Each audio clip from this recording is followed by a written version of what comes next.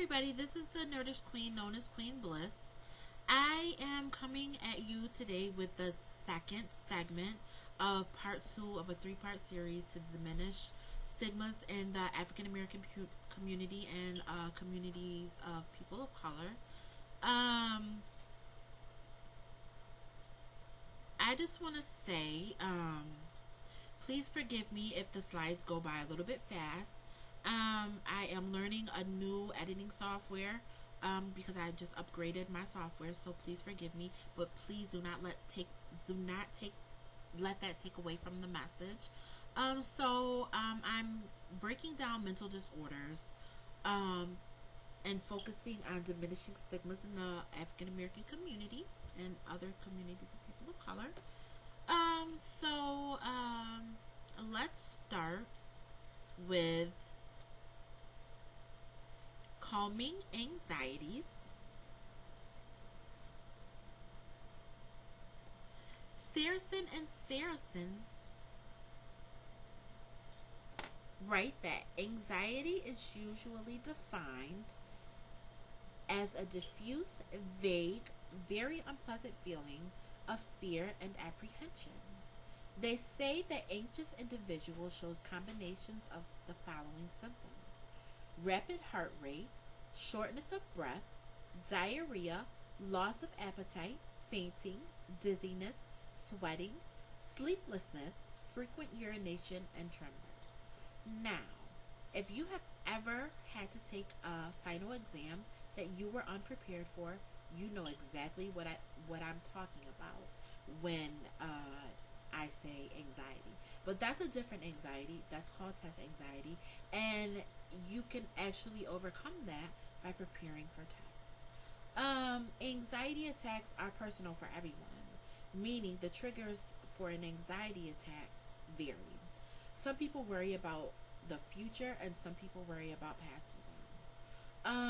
I promise you that if you practice living your life for that day, you can ease anxiety. You know that you cannot change anything that happened in the past or the future. And there will be people that attempt to make you relive your past and try to.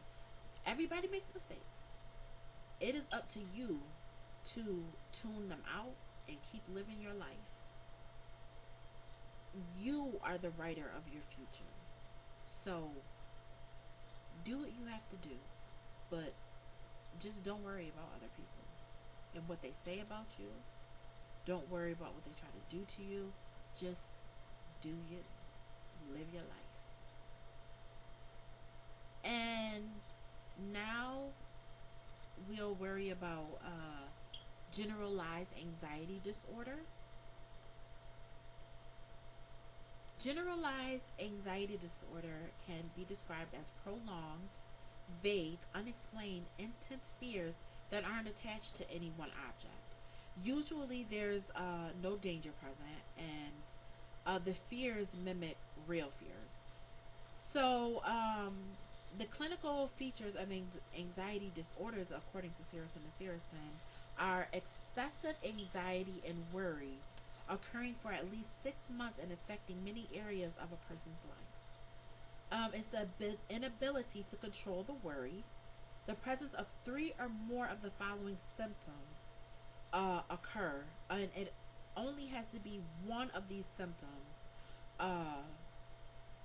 in the DSM-4 TR in the diagnosis of a child. And that's restlessness, feeling on edge, and being easily fatigued, difficulty concentrating, and the mind goes blank, irritability, muscle tension, sleep disturbance, and considerable distress or impairment in social, occupational, or other important areas of life. And we will deal with panic disorder. We will go on and learn about panic disorder. Panic attacks can come without warning And the indicators of panic disorder are similar to generalized anxiety disorder, usually more intense and have a sudden onset. Panic disorders can run in families as well. Panic attacks are triggered by stressful life events.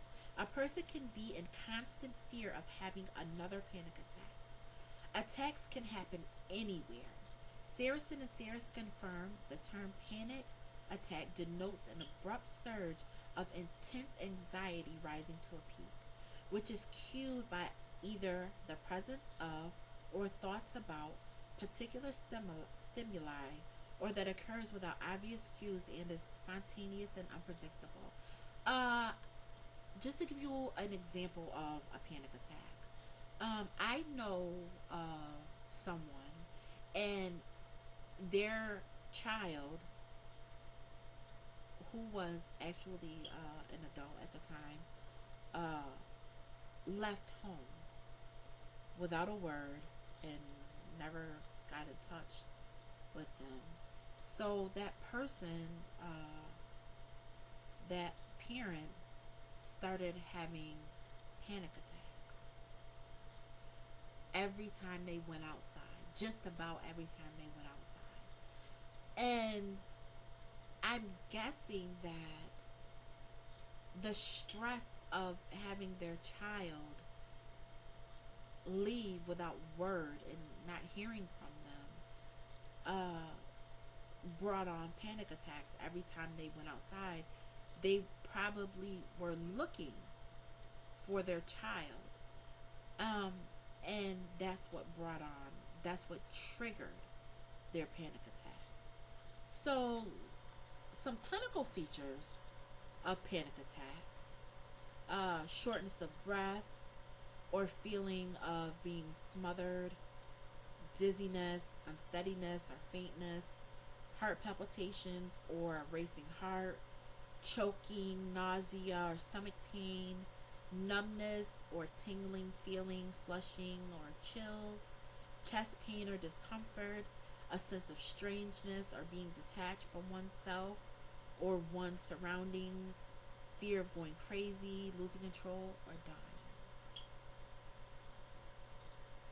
And we can take a look at some phobias. People who suffer from phobias are different from people who suffer from having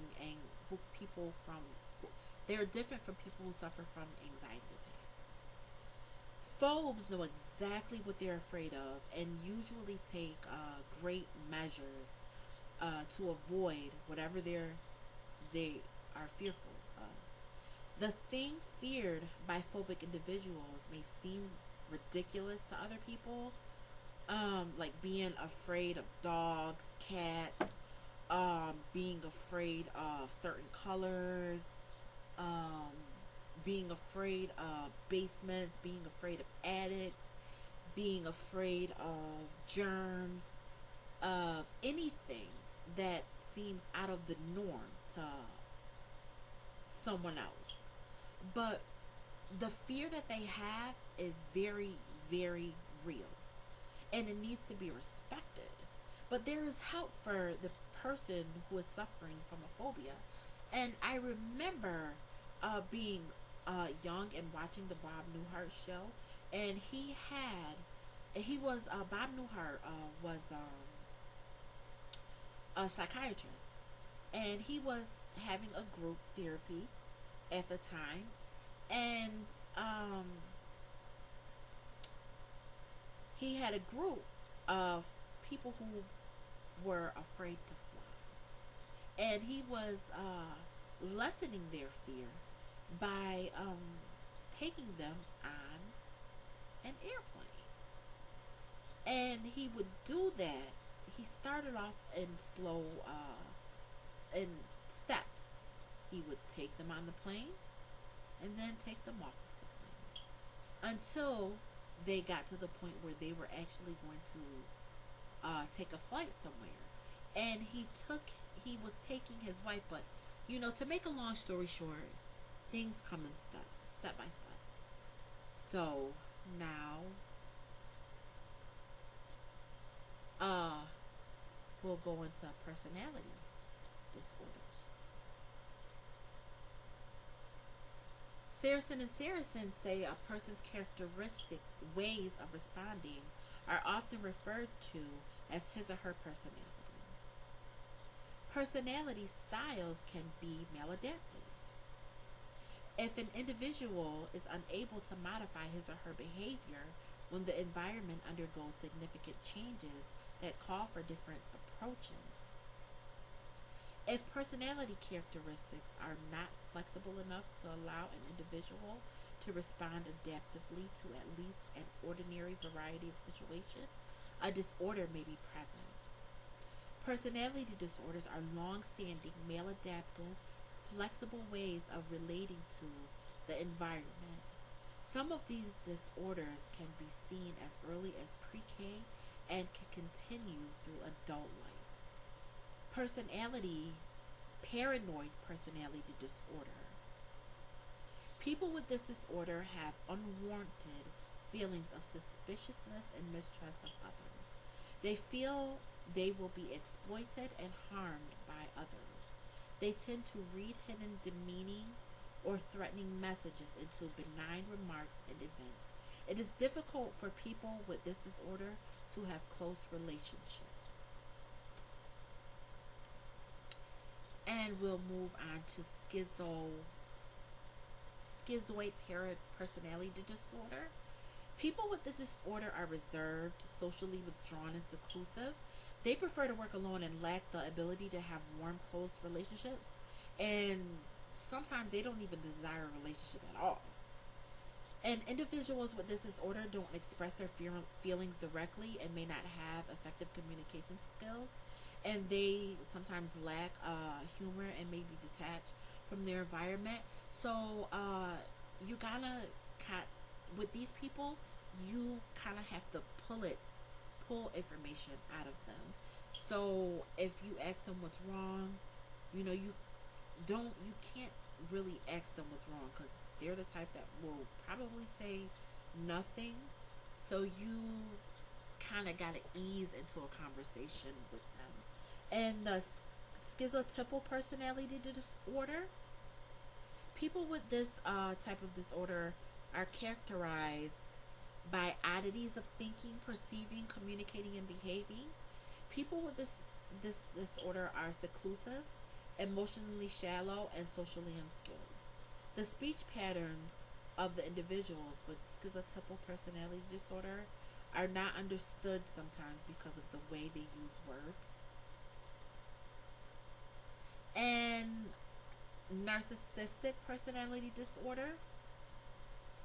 People with this disorder may be hard to diagnose because they appear to be normal. They mimic societal social standards because people who are successful in life usually believe in a self-fulfilling prophecy. According to Saracen and Saracen, people with this disorder expect special favors, have a need for constant attention, lack empathy or caring for others. People with narcissistic personality disorder are often preoccupied with fantasies of unlimited success, brilliance, power, beauty, and ideal love relationships.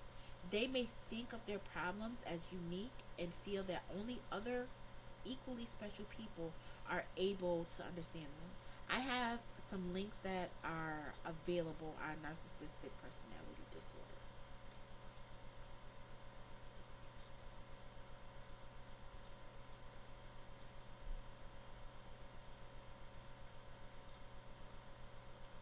And borderline personality disorders. People with this disorder engage in self-destructive behavior, have a chronic range of cognitive distortions, fear abandonment, and show impulsive behavior. Saracen and Saracen state intense clinging, dependency, and manipulation characterize the impersonal relationships of those with borderline personality disorder, making interaction difficult.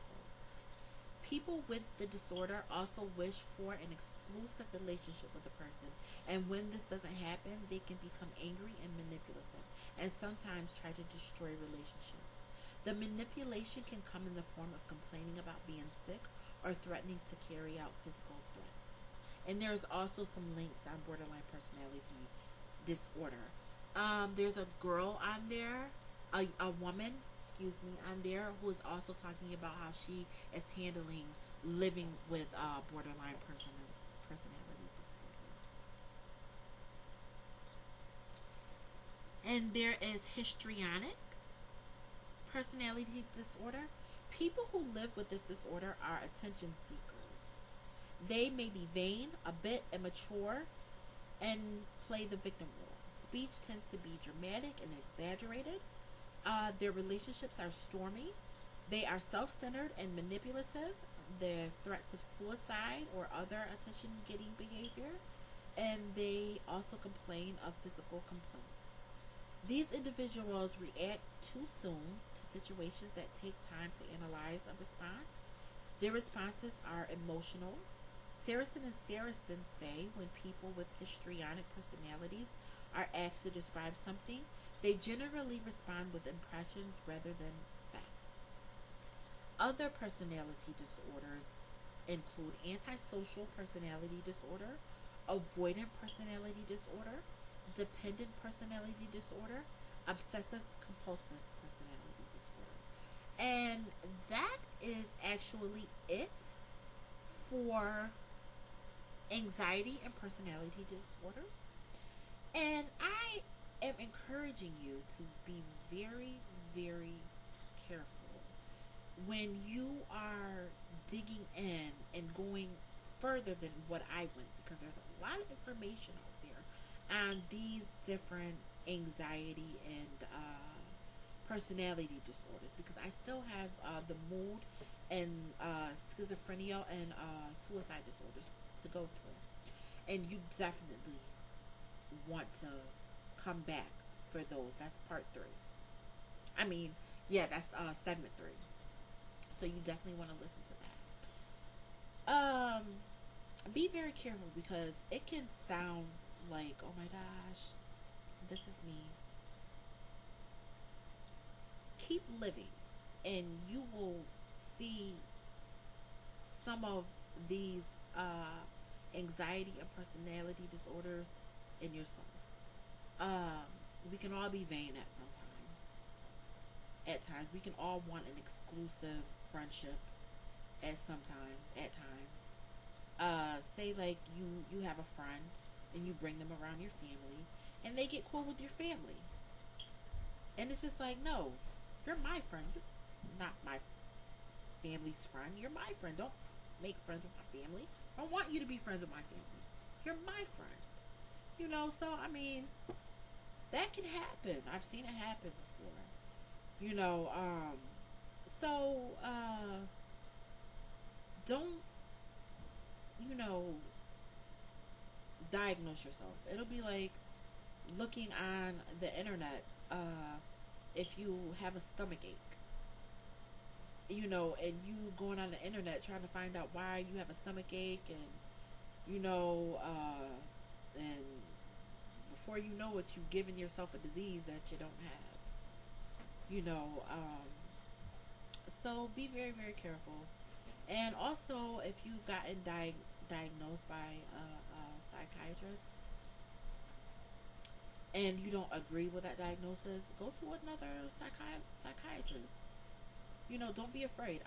When I first was diagnosed, at the time, I'm going to tell you what I was going through just a little bit of what I was going through. I took 15 years of over 15 years, let's just say over 20 years of what I had gone through, stuff that I had been through, into my doctor, people, period. Because I had let it build up so much that it was just like, you take that cup and you keep putting rocks in it. And the more, at first it just turns out to be stones. But then as you get older, they're rocks. The stuff is heavier and it's overflowing. And I was the type of person that I'm cool, I because people, I was the go-to person, and people would pour their stuff on me, and I try to help them with it, and by the time it came for me to needing a shoulder, there was nobody. So I had to handle it on my own, and it was cool. At least I thought it was cool. Until all this stuff started happening to me, and I couldn't handle it. It started happening back to back to back to back to back to back to back to back to back to back. And at first, it started off as little pebbles, maybe a few small pebbles. Then medium pebbles, and then rocks. And at first I could wipe the glass that's half full, half full, half empty, half full for me. But then it got to be too much. The water started rising, and I could wipe it off, but then I couldn't wipe it off anymore. Everything that I was going through, I couldn't wipe it off anymore. Being sexually abused at an early age, being raped not once but twice at 15, and having to deal with the legal system, and having to carry that around, and me, I'm not too biggie at getting help,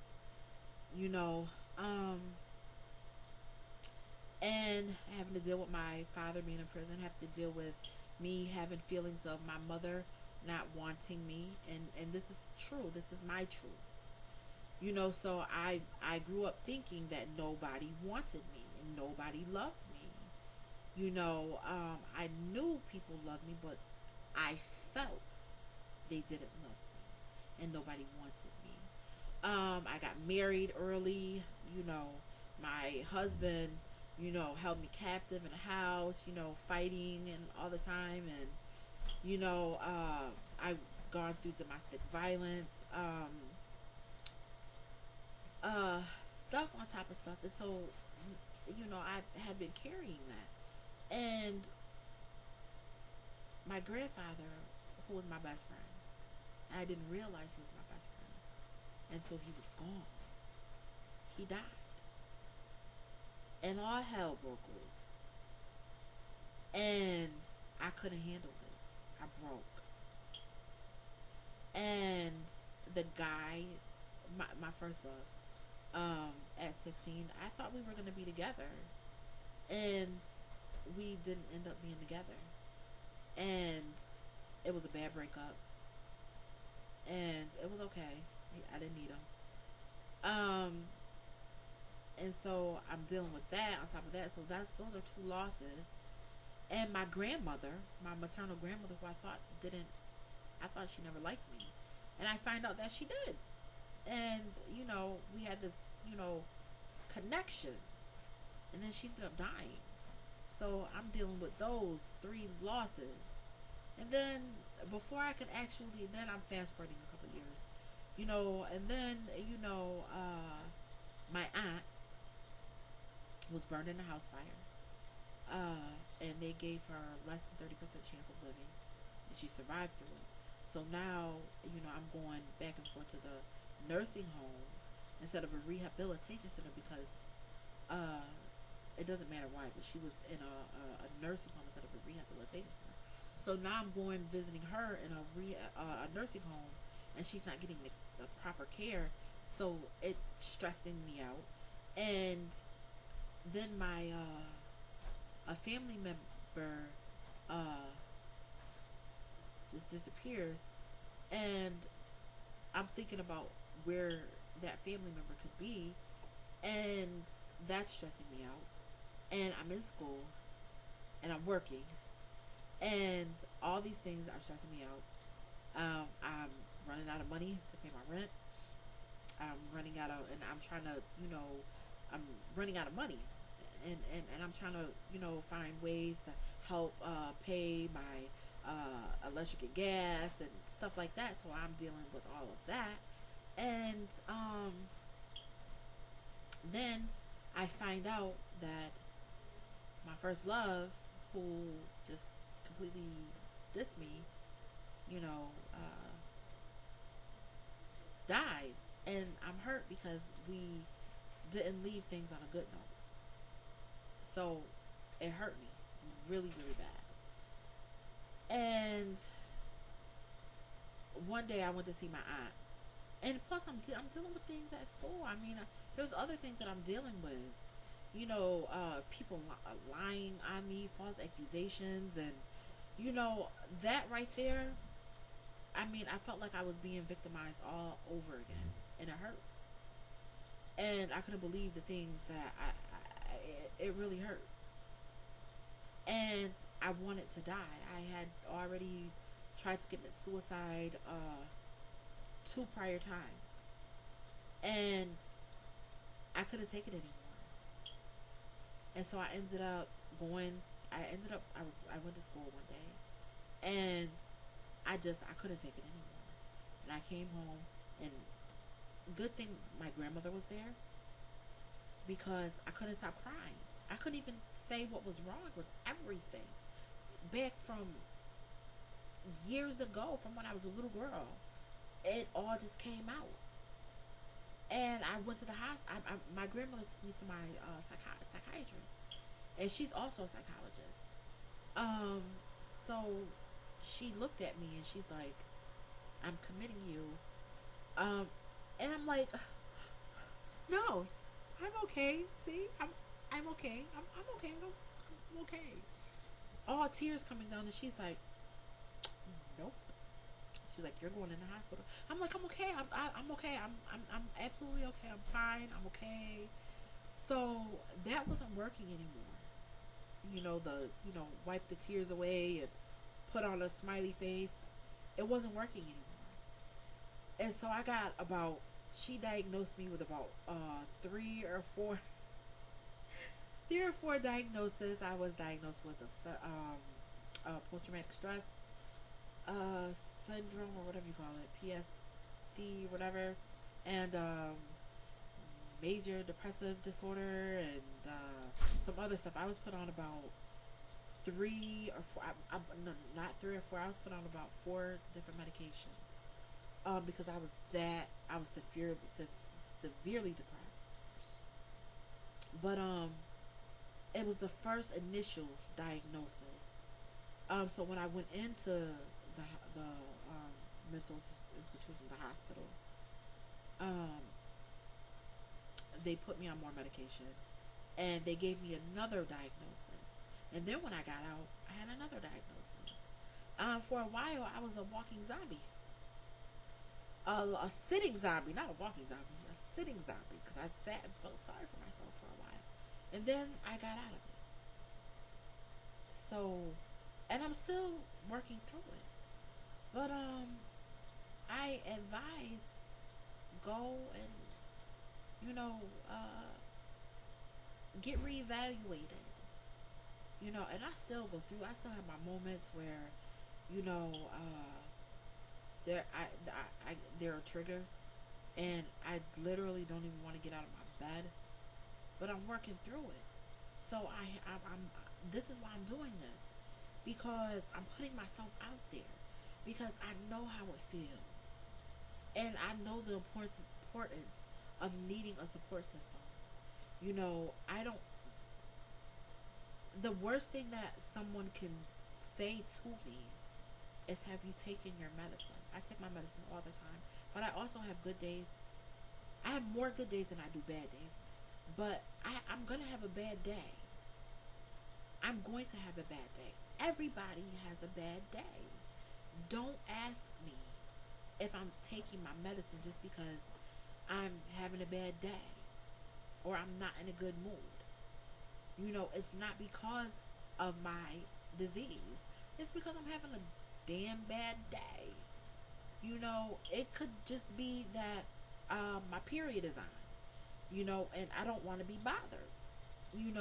It could be any reason. I'm just like everybody else. It doesn't necessarily have to do with my disease. Um, but it's all because my family doesn't take the time to get to learn my disease. They don't, learn about it. And when you don't learn about it, you don't know what to look for, and you just don't know. So I'm here to say, be a support system for your family member who is going through something, who has been diagnosed with a mental disease. Um, and if you are a person who is going through it, sometimes you have to be your own support system. Learn about your disease so that you can know what to do and what not to do. When you know that, okay, this is my disease, and I might be overreacting a little bit, you'll know, okay, let me go take a walk, let me calm down, let me not get so upset, let me not think that this is happening or this is going on. Let me just assess the situation and do stuff like that. So you can control your disease and you cannot let your disease control you. But I'm running out of time. This is the Nerdish Queen. And I'm telling you to have a blissful day.